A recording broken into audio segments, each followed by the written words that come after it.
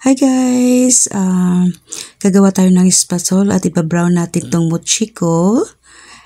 At then lalagyan natin sa coconut milk. At isisip natin yung flour para walang buo-buo, diba? Tapos to haluin na natin. Ang hirap talaga, pero kailangan mo ng muscle. So ito na oh. So yung bin-brown na natin, lalagyan na natin yan sa ilalim ng yung bin-brown natin na powder, mochiko powder. At dahil experiment lang ito, so dito ko na lang muna ito ipaplat sa bandihado.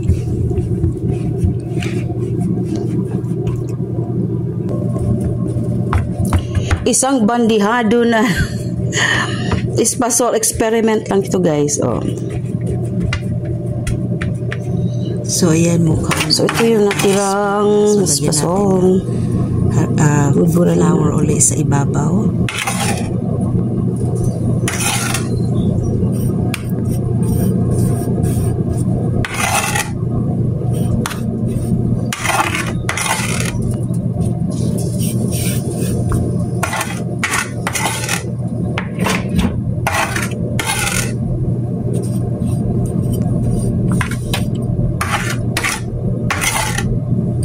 Yan.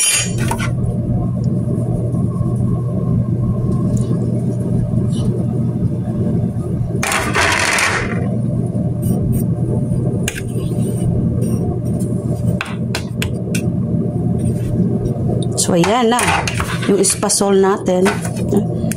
Yan natin. Yan, hiwain natin.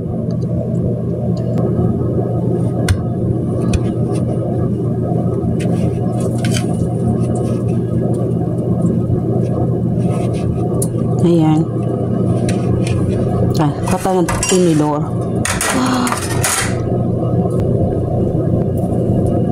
Tikman na natin guys. Diba? Gusto ko naman.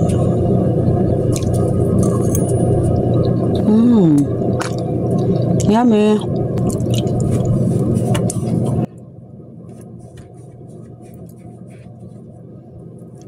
Kulang ata sa ano? Sa tamis. It's okay. Hirap mag ano? Wala akong ano, standa sa video. Okay. Ayan, diba? Kaya parang ano naman to, hindi even ang pagkakat nito.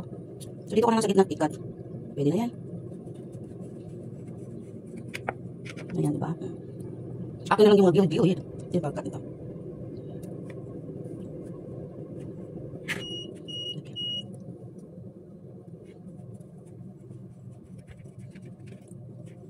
Ayan. Hindi ko isa pa. Kulang sa tamis, pero masarap na siya. Ayan guys, pinaghati-hati ko na muna yung aking espasol para matikban din ng aking tita Nani at saka yung friend ko. Si Sister Ethel ay nakatikim na rin siya at sabi niya kulang daw yung aking, kailangan ko dagdagan ng matamis.